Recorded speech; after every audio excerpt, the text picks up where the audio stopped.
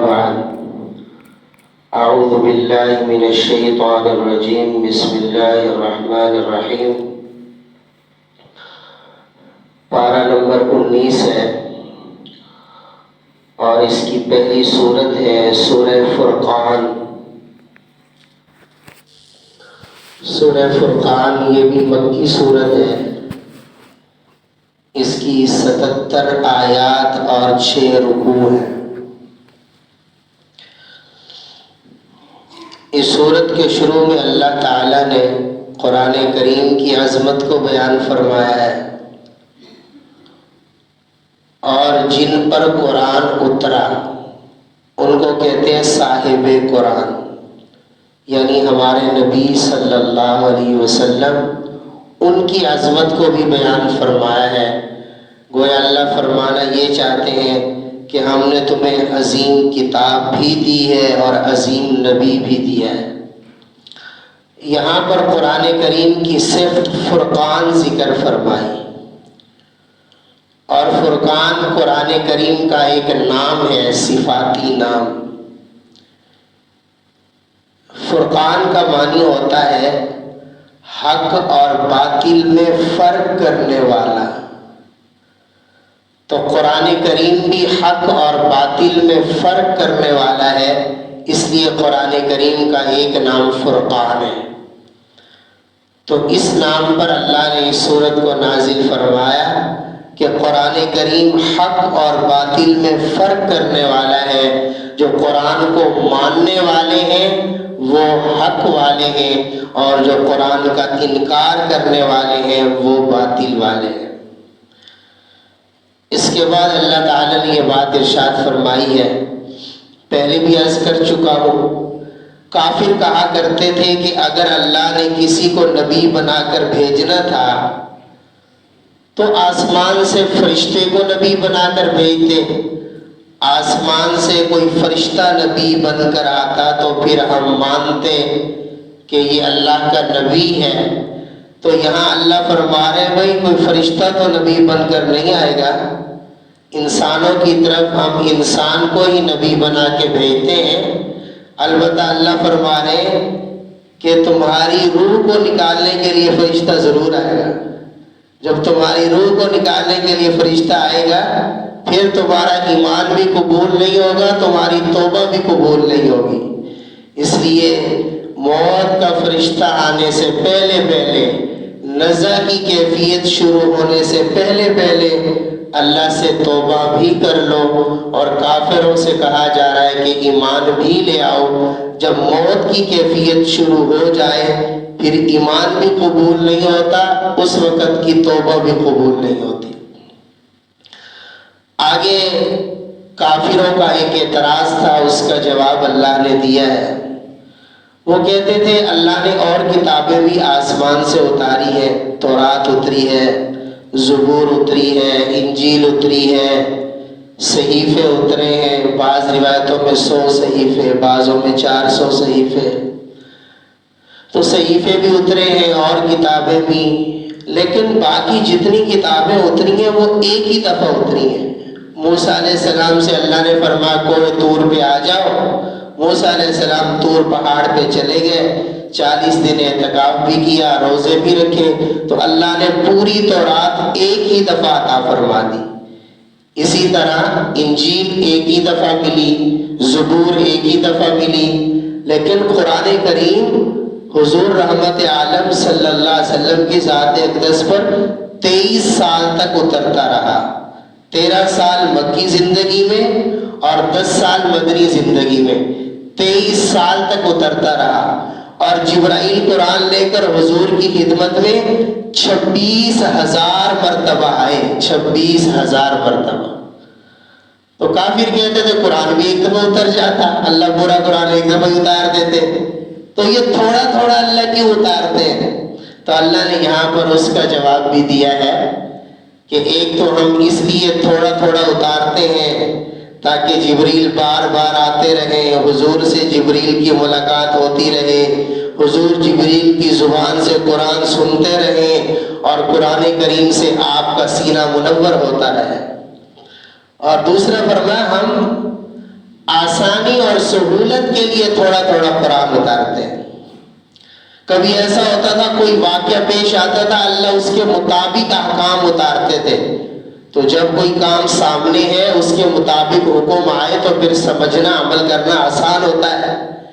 کوئی واقعہ پیش آیا اللہ نے اس کا حکم نازل کر دیا، کوئی اور واقعہ پیش آیا اس سے متعلق اللہ نے احکامات نازل فرما دیے، اور پھر اللہ فرماتے ہیں ہم نے سہولت کے لیے تھوڑا تھوڑا قرآن اتارا ہے تاکہ تھوڑا تھوڑا قرآن یاد کرنا، تھوڑا تھوڑا قرآن سمجھنا تمہارے لیے آسان ہو جائے۔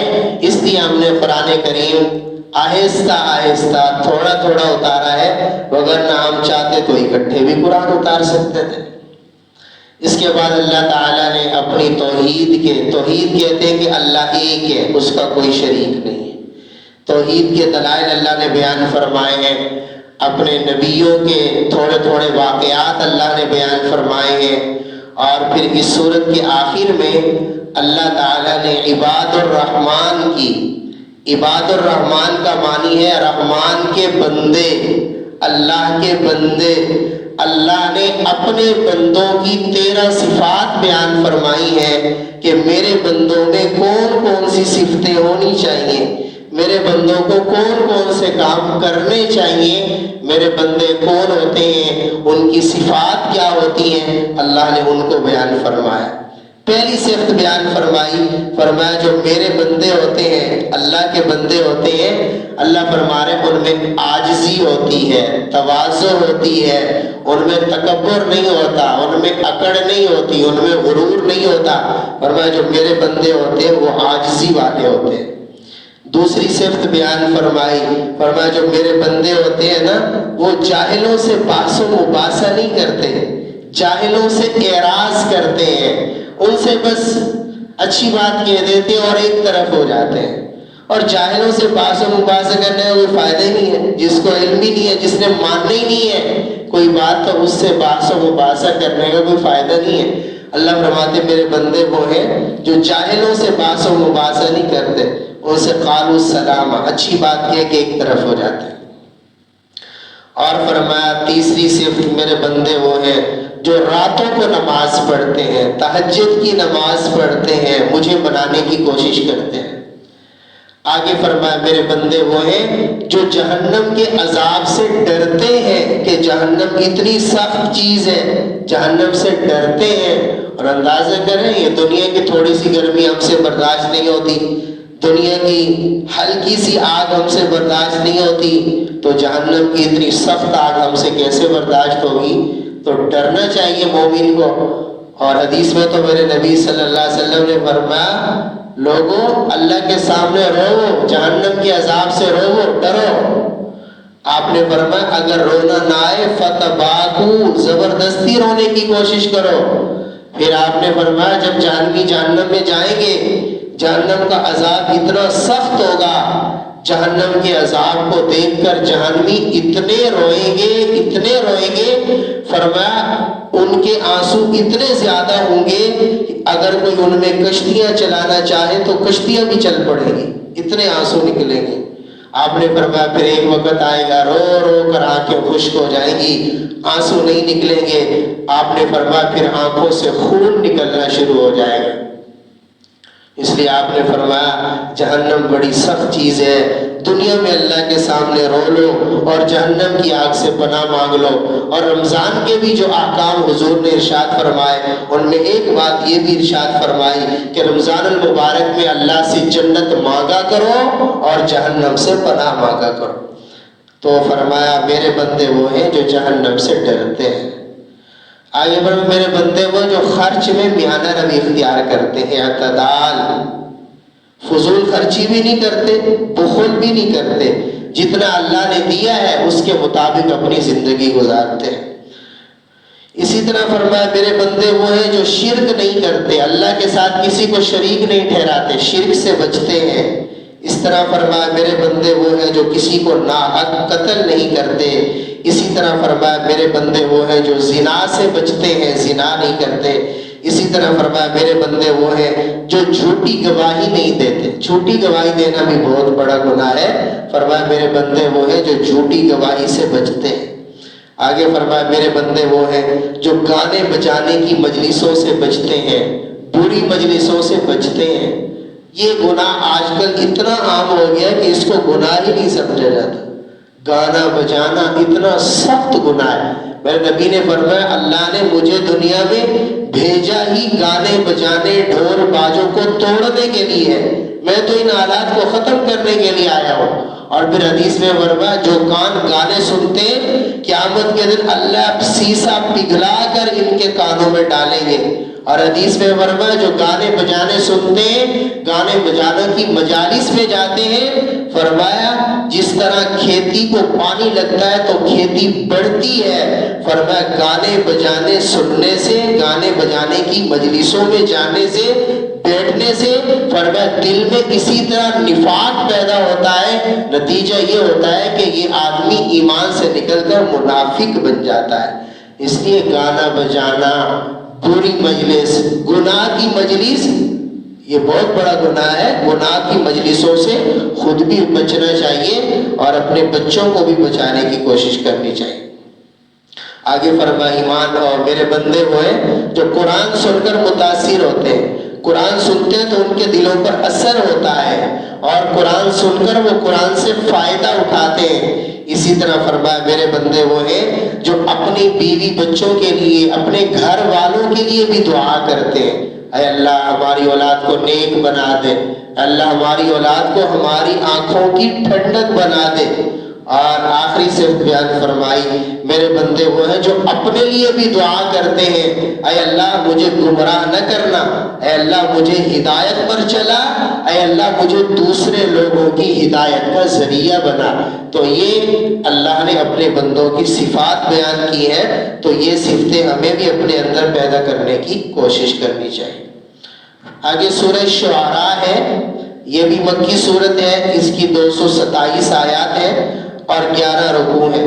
اس سورت کے شروع میں بھی اللہ فرما رہے کہ اللہ کا احسان ہے کہ اللہ نے تمہیں قرآن جیسی کتاب دی ہے، اور اسی طرح اللہ کا احسان ہے کہ اللہ نے قرآن سمجھانے کے لیے تمہیں سارے نبیوں کا سردار نبی عطا فرمایا۔ اللہ فرماتے ہیں ہمارا احسان ہے، ہم نے تمہیں قرآن بھی وہ دیا جو ساری کتابوں کی سردار، اور نبی بھی وہ دیا جو سارے نبیوں کا سردار۔ پھر اللہ فرما رہے اب بھی اگر کوئی دین اور قرآن سے منہ موڑے تو اس سے بڑا بدبخت کون ہو سکتا ہے؟ وہ بڑے بدبخت لوگ ہیں۔ اس کے بعد اللہ تعالیٰ نے متعدد نبیوں کے واقعات بیان فرمائے ہیں۔ سب سے پہلے موسیٰ علیہ السلام کا واقعہ بیان فرمایا، پیچھے گزر چکا ہے، جو موسیٰ علیہ السلام فرعون کو دعوت دینے کے لیے گئے، مکالمہ ہوا، موسیٰ علیہ السلام کامیاب ہوئے۔ اس سے اللہ سبق یہ دے رہے ہیں کہ کامیابی ہمیشہ حق والوں کو ملتی ہے، باطل والے ہمیشہ ہارتے ہیں، ان کا انجام خراب ہوتا ہے۔ اور جو حق والے ہوتے ہیں ان کو اپنے کام میں لگے رہنا چاہیے، حق کی دعوت دیتے رہنا چاہیے۔ بالآخر ایک وقت ایسا آتا ہے کہ اللہ حق والوں کو فتح عطا فرماتے۔ پھر ابراہیم علیہ السلام کا واقعہ بیان فرمایا، انہوں نے اپنے والد کو بھی دین کی دعوت دی۔ والد ان کے بت پرست تھے آزر، لیکن ادب کے دائرے میں رہتے ہوئے ان کو دین کی دعوت دی۔ نمرود کو جا کر دین کی دعوت دی تو ان کا واقعہ اللہ نے بیان فرمایا۔ سبب اللہ سے یہ دینا چاہتے ہیں کہ جس طرح ابراہیم علیہ السلام نے ہر حال میں اپنے اللہ کی طرف رجوع کیا، تو بندے کو ہر حال میں اپنے اللہ کی طرف رجوع کرنا چاہیے۔ پھر نوح علیہ السلام کا واقعہ بیان فرمایا ہے، ان کا بیٹا کنعان بھی غرق ہو گیا، نوح علیہ السلام کا کلمہ نہیں پڑا۔ اللہ بتانا یہ چاہتے ہیں کہ نبی کے ہاتھ میں بھی ہدایت نہیں ہے۔ نبی کے ہاتھ میں ہدایت ہوتی تو اپنے بیٹے کنعان کو ہدایت دے دیتے، وہ طوفان میں غرق تو نہ ہوتا۔ اگر نبی کے ہاتھ میں ہدایت ہوتی ابراہیم علیہ السلام اپنے والد کو ہدایت دے دیتے، اگر نبی کے ہاتھ میں ہدایت ہوتی ہمارے نبی صلی اللہ علیہ وسلم اپنے چچا ابو طالب کو ہدایت دے دیتے۔ اللہ فرمانا یہ چاہتے ہیں کہ ہدایت دینا کسی کو اور نہ دینا یہ ہمارے قبضے قدرت میں ہے، ہم جسے چاہتے ہیں ہدایت دیتے ہیں، جسے چاہتے ہیں ہدایت سے محروم کر دیتے ہیں۔ آگے ہود علیہ السلام کا واقعہ بیان فرمایا، ان کی قوم فضول خرچی کرتی تھی، نمائش کرتی تھی، تکبر میں مبتلا ہو گئی تھی۔ تو اللہ فرمانا یہ چاہتے ہیں کہ تکبر سے، خود نمائی سے، فضول خرچی سے بچنے کی کوشش کرنی چاہیے۔ آگے صالح علیہ السلام کی قوم کا واقعہ ہے، ان کی قوم نے اللہ کی ناشکری کی تھی، تو اللہ سبق یہ دینا چاہتے ہیں کہ تمہیں میری ناشکری سے بچنا چاہیے اور میرا شکر ادا کرنا چاہیے۔ آگے لوط علیہ السلام کا واقعہ اللہ نے بیان فرمایا ہے، ان کی قوم بدعمالی میں حد سے آگے بڑھ گئی تھی، تو اللہ فرماتے ہیں جب لوگ گناہوں میں حد سے آگے بڑھ جاتے ہیں پھر ہمارا عذاب آتا ہے، اللہ ڈھیل دیتے ہیں بندے کو۔ اللہ کی ڈھیل سے ناجائز فائدہ نہیں اٹھانا چاہیے بلکہ اپنے اللہ سے توبہ کرنی چاہیے۔ آگے شعیب علیہ السلام کی قوم کا واقعہ ہے، ان کی قوم نے ناپ تول میں کمی کرتی تھی، یہ بندوں کا حق ہے، یعنی بندوں کا حق غصب کرتی تھی۔ تو جس طرح اللہ کے حق ہے اس طرح بندوں کے بھی بندوں پر حق ہے، اللہ کے حقوق بھی ادا کرنے چاہیے، بندوں کے حقوق بھی ادا کرنے چاہیے۔ اللہ یہاں فرمانا یہ چاہتے ہیں جو لوگ بندوں کے حقوق ادا نہیں کرتے ان پر بھی ہمارا عذاب آتا ہے، اس لیے اپنے اللہ کے حقوق بھی ادا کرنے چاہیے اور بندوں کے حقوق بھی ادا کرنے چاہیے۔ آگے سورہ نمل ہے، یہ بھی مکی صورت ہے، اس کی 93 آیات اور 7 رکوع ہیں۔ نمل کا معنی چیونٹی ہوتا ہے۔ یہ کچھ دن پہلے سورہ نحل گزری تھی، نحل کا معنی شہد کی مکھی ہوتا ہے، تو میں نے غلطی سے وہاں کہہ دیا تھا کہ نحل کا دوسرا معنی چیونٹی ہوتا ہے، تو نحل کا معنی چیونٹی نہیں ہوتا، نمل کا معنی چیونٹی ہوتا ہے۔ نحل کا معنی شہد کی مکھی ہی ہے جو میں نے عرض کیا تھا، اور یہ سورہ نمل ہے، اس کا معنی ہے چیونٹی، یہ جو چیونٹیاں زمین پر بکھری ہوتی ہیں چھوٹی چھوٹی، تو اس کا پس منظر میں نے عرض کیا تھا، اب دوبارہ کرتا ہوں، وہ اس کی تفسیر ہے۔ سلیمان علیہ السلام کو اللہ نے بہت بڑی بادشاہت عطا فرمائی تھی، اور سلیمان علیہ السلام نے اللہ سے دعا کی تھی، اے اللہ مجھے ایسی بادشاہت دے جو بعد میں کسی کو نہ ملے۔ تو اللہ نے سلیمان علیہ السلام کو ایسی بادشاہت دی جو قیامت تک کسی کو نہیں ملے گی، ایسی بادشاہت دی، بڑی بادشاہت۔ صرف انسانوں پر حکومت نہیں، ہر چیز پر حکومت ہے، ہوا پر حکومت ہے، پانی پر حکومت ہے، جانوروں پر حکومت ہے، چرند پرند پر حکومت ہے، اتنی بڑی بادشاہ۔ اللہ کے نبی بھی تھے، بادشاہ بھی تھے۔ سلیمان علیہ السلام کا زمانہ ہے، چیونٹیاں نیچے زمین پر بکھری ہوئی تھی، سلیمان علیہ السلام کا لشکر آ رہا تھا۔ ایک چیونٹی نے ہمدردی کی وجہ سے باقی چیونٹیوں سے کہا کہ سلیمان علیہ السلام کا لشکر آ رہا ہے، تم اپنی بلوں میں داخل ہو جاؤ، کہیں ایسا نہ ہو کہ سلیمان علیہ السلام کا لشکر تمہیں پاؤں میں روند ڈالے، ان کو پتہ بھی نہ چلے۔ تو اس نے ہمدردی کی وجہ سے باقی چیونٹیوں سے یہ بات کہی۔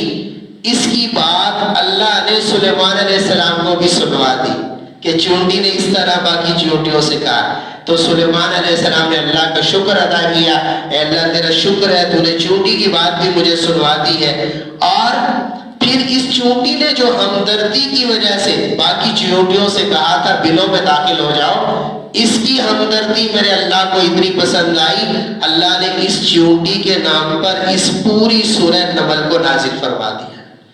تو ہمدردی اور خیرخواہی کا جذبہ، ہمارا دین تو سکھاتا ہی ہمدردی ہے، خیرخواہی ہے۔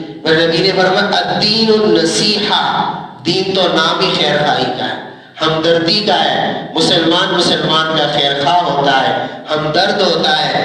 یہ ہمدردی کا جذبہ میرے اللہ کو بڑا پسند ہے۔ چیونٹی کی ہمدردی میرے اللہ کو اتنی پسند آئی کہ قیامت تک اس کا ذکر ہوگا، اور جو انسان کے ساتھ ہمدردی کریں گے اس کا مقام اللہ کے یہاں کتنا زیادہ بلند ہوگا۔ تو اس لیے ایک تو اس صورت سے اللہ تعالی ہمدردی اور خیرخواہی کا سبق دے رہے ہیں کہ ہمیں ایک دوسرے کے ساتھ ہمدردی کا، خیرخواہی کا مظاہرہ کرنا چاہیے، دنیاوی کاموں میں بھی اور دینی کاموں میں بھی، دنیا کے لحاظ سے بھی اور آخرت کے لحاظ سے۔ اور دوسرا، چونکہ سلیمان علیہ السلام کی بادشاہت ہر چیز پر تھی، پرندوں پر بھی تھی۔ پرندوں میں ایک پرندہ ہے ہدہد۔ سلیمان علیہ السلام پرندوں کی حاضری بھی لگاتے تھے۔ تو یہ جو حاضری کا عمل میں مدرسے میں کہتا ہوں، حاضری کا عمل انبیاء کے طریقے سے ثابت ہے۔ تو حاضری سلیمان علیہ السلام بھی لگاتے تھے، پرندوں کی حاضری لگائی۔ تو ہدہد پرندہ غائب تھا. سلیمان علیہ السلام نے کہا اچھی بات ہے, اس نے بتایا نہیں ہے, چپ کر کے کہاں چلا گیا؟ تو فرمایا اگر یہ واپس آئے گا, اس کا کوئی عذر ہوا تو ٹھیک ہے, وگرنہ میں اس کو سخت سزا دوں گا. ہدہد پرندہ واپس آیا اور سلیمان علیہ السلام سے کہنے لگا کہ میں ایک ملکہ کے پاس سے ہو کے آ رہا ہوں, اس کا نام ملکہ بلقیس ہے. وہ ایک بادشاہ ہے, اس کا تخت ہے, اس کے نیچے ماننے والے لوگ ہیں, لیکن وہ کافر ہیں, وہ سورج پرستی کرتے ہیں, یعنی سورج کو پوجتے ہیں یا بتوں کو پوجتے ہیں, غیر اللہ کو پوجتے ہیں. میں اس کے پاس سے آ رہا ہوں. چنانچہ سلیمان علیہ السلام نے اس کو پیغام بھجوایا. بہرحال ملکہ بلقیس سلیمان علیہ السلام کے دربار میں آئی. جب سلیمان, وہ بھی بادشاہ تھی, لیکن جب سلیمان علیہ السلام کی بادشاہت کو دیکھا تو ہکی بکی رہ گئی کہ یہ اتنی بڑی بادشاہ, ہر چیز پہ بادشاہ. تو بالآخر سلیمان علیہ السلام نے اس کو دین کی دعوت دی اور وہ ملکہ بلقیس جو ہے وہ مسلمان ہو گئی اور سلیمان علیہ السلام پہ ایمان لے کر آئی. اس واقعے کو بھی اللہ نے یہاں پر بیان فرمایا. اس کے بعد اللہ تعالیٰ نے یہاں پر توحید کے اور اپنی قدرت کے 5 دلائل بیان فرمائے. پہلی دلیل اللہ کہتے ہیں آسمان ہم نے بنایا, زمین ہم نے بنائی. ہماری قدرت کی دلیل ہے توحید کی. آسمان و زمین میں غور کرو تو ہماری قدرت سمجھ میں آئے. اس طرح اللہ فرماتے ہیں ہم نے زمین بنائی, زمین میں سمندر چلا دیے, نہریں چلا دی, زمین سے پانی نکال دیا. یہ خود بخود تھوڑی نہیں کر رہا ہے, اگر غور کرو تو یہ بھی ہماری قدرت کی دلیل ہے. اس طرح آگے اللہ فرما رہے ہیں مصیبت میں جب کوئی پھنستا ہے, یہ کافر چاہے اللہ پہ ایمان نہیں لاتے تھے, لیکن جب مصیبت میں پھنستے تھے کافر, تو پھر کافر بھی اللہ کو پکارتے تھے کہ اللہ ہماری مدد فرما. اب بھی چاہے دنیا میں کافر ہیں, اللہ کو مانتے نہیں ہیں, لیکن جب مصیبت میں پھنستے ہیں تو بے اختیار اللہ کو پکارتے ہیں. تو اللہ وہی فرماتے ہیں جب مصیبت میں کوئی بھی پھنستا ہے تو پھر ہمیں پکارتا ہے, تو معلوم ہوا اصل معبود اور خالق تو اللہ ہی. آگے اللہ فرماتے ہیں اندھیرے اور تاریکیوں میں راستہ کون دکھاتا ہے؟ اللہ دکھاتا ہے. ابتداء انسان کو کس نے پیدا کیا؟ اللہ نے. جس نے ابتداء انسان کو پیدا کیا تو وہ مرنے کے بعد دوبارہ بھی پیدا فرمائیں گے. تو اللہ نے اپنی توحید اور قدرت کے دلائل بیان فرمائے ہیں اور مرنے کے بعد اٹھنے کو بیان فرمایا ہے. اور پھر اللہ تعالیٰ نے قیامت کا منظر یہاں پر بیان فرمایا ہے کہ قیامت کا کیا منظر ہوگا. ساری کائنات کے لوگ میدان محشر میں جمع ہوں گے. وہاں اسرافیل علیہ السلام 3 مرتبہ سور پھونکیں گے. 3 مرتبہ اسرافیل علیہ السلام سور پھونکیں گے. پہلی مرتبہ جب سور پھونکیں گے, جب قبروں سے سارے اٹھ جائیں گے, میدان محشر میں جمع ہو جائیں گے, سارے جمع ہوں گے. اور تفصیل کا وقت نہیں, آپ نے فرمایا سارے ننگے, کسی کے جسم میں کپڑا بھی نہیں ہوگا. حضرت عائشہ نے کہا یا رسول اللہ صلی اللہ علیہ وسلم مرد عورتیں سارے ننگے ہوں گے, ایک دوسرے کو دیکھیں نہیں گے. فرمایا عائشہ وہاں کسی کو ہوش ہی نہیں ہوگا کہ کسی کی نظر اٹھا کے دیکھے. ہر کوئی اتنا پریشان ہوگا, کسی کو ہوش ہی نہیں ہوگا کسی دوسرے کی طرف نظر اٹھا کر دیکھے. تو میدان محشر میں جب سارے جمع ہو جائیں گے, اللہ اسرافیل علیہ السلام سے فرمائیں گے سور پھونکو. وہ سور پھونکیں گے تو سارے لوگ خوف اور دہشت میں مبتلا ہو جائیں گے. پھر دوسری دفعہ سور پھونکیں گے تو سارے دوبارہ مر جائیں گے, سب کو موت آ جائے گی, ساری کائنات کو دوبارہ موت آ جائے گی. پھر اللہ فرمائیں گے لمن الملک اليوم, بتاؤ آج کس کی بادشاہت ہے. دنیا میں کوئی کہتا تھا میری بادشاہت ہے, کوئی کہتا تھا میں بڑا ہوں, کوئی کہتا تھا میں سردار ہوں. اللہ فرمائیں گے بتاؤ آج کس کی بادشاہت ہے. پھر اللہ خود فرمائیں گے آج صرف اللہ کی بادشاہت ہے, اس کے علاوہ کسی کی بادشاہت نہیں. پھر اسرافیل علیہ السلام تیسری مرتبہ سور پھونکیں گے تو پھر سارے لوگ دوبارہ زندہ ہو جائیں گے. پھر میدان محشر قائم ہوگا. پھر لمبی تفصیلات ہیں, سارے لوگ چل کے ہر نبی کے پاس جائیں گے, پھر ہمارے نبی کے پاس آئیں گے تو ہمارے نبی جا کر اللہ کے سامنے سفارش کریں گے اور ہمارے نبی کی سفارش پر امت کا حساب و کتاب شروع ہوگا. اس کے بعد اس سورت کے آخر میں اللہ تعالیٰ فرما رہے ہیں کہ قرآن کریم کی تعلیمات کو مضبوطی سے تھام لو. اگر قرآن کریم کی تعلیمات کو مضبوطی سے تھام لو گے تو دنیا بھی بن جائے گی اور آخرت بھی بن جائے گی. آخری سورت ہے, اس کی 2-3 باتیں. سورہ قصص یہ بھی مکی سورت ہے, اس کی 88 آیات اور 9 رکوع ہیں۔ قصص کا معنی ہوتا ہے قصہ، واقعات۔ اس صورت میں بھی اللہ تعالیٰ نے اپنے نبیوں کے واقعات بیان فرمائے ہیں، اس لیے اس صورت کا نام سورہ قصص ہے۔ اس صورت کے شروع میں اللہ تعالیٰ نے قرآن کریم کی سچائی کو بیان فرمایا ہے۔ اس کے بعد اللہ تعالیٰ نے یہاں پر بھی موسیٰ علیہ السلام کا واقعہ تفصیل کے ساتھ بیان فرمایا ہے، جو پیچھے بھی کئی جگہوں پر تھوڑی تھوڑی جزیات گزر چکی ہے، میں عرض کر چکا ہوں۔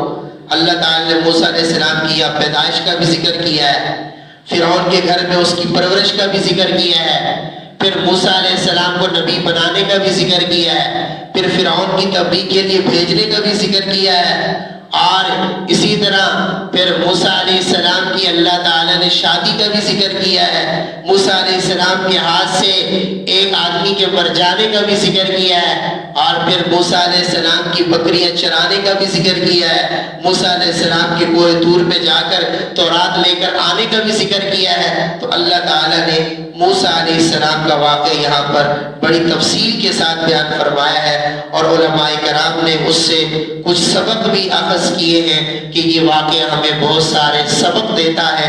ان میں سے ایک یہ ہے کہ اگر انسان صبر کرے تو اللہ صبر کے اچھے نتائج عطا فرماتے ہیں۔ موسیٰ علیہ السلام نے بھی صبر کیا۔ موسیٰ علیہ السلام سے ایک آدمی کا قتل ہو گیا، 2 آدمی لڑ رہے تھے، موسیٰ علیہ السلام نے سمجھایا، سمجھا نہیں، جو ظالم تھا موسیٰ علیہ السلام نے اس کو مکہ مارا، وہ مر گیا۔ اب موسیٰ علیہ السلام نے ملک چھوڑ دیا، باہر چلے گئے، باہر بڑی آزمائشیں آئیں، شعیب علیہ السلام کی بیٹی سے شادی ہوئی، مہر میں طے ہوا 8-10 سال بکریاں چرائیں گے۔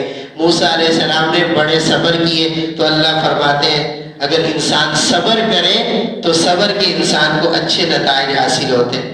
اس طرح ایک سبق یہ بھی حاصل ہوتا ہے، جو لوگ اللہ پر بھروسہ کرتے ہیں، اللہ پر توکل کرتے ہیں، اللہ ان کی مشکلات کو آسان فرما دیتے ہیں۔